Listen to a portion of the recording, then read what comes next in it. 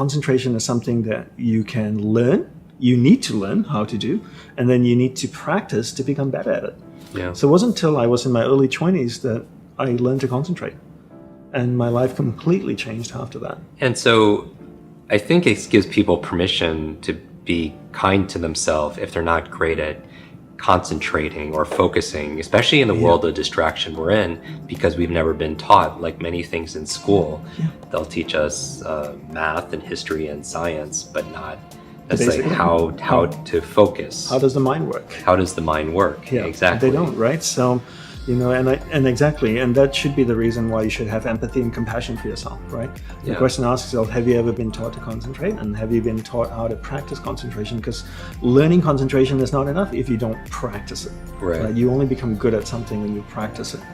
So learning concentration is not practicing it throughout the day is what makes you become good at it. And someone beating you up on it, or you beating yourself up that you can't focus, it's like somebody being mean to you because you can't play the violin if you've never taken a violin lesson. It's so interesting you say that, because one of the examples I give in my workshops and my talks is I pick in someone in the audience and say, who here does not play the piano? Right. And someone will put their hand up and I go like, okay, play the piano. Right. And they go like, so no, play the piano. It's the same way when adults go to kids and they go, can you just focus for a second? Right. You see parents yelling at their kids, right? Raising their voice. Can you just concentrate for a second? But you're telling your child to focus when you've never taught them how to focus. You're asking someone to play the violin when they've never played the violin before. So first step is teaching them how to do it. Second step is helping them to practice it. The more they practice it, the better they become at it. And people don't realize this. And it's so interesting. This is prevalent all across every level of society, even in big corporations and stuff. I work with a lot of successful entrepreneurs, and they'll tell their team, hey guys, we've got this big project that's due in 2 weeks. We need everybody to focus. Right. And I go like, what is the biggest mistake with that statement?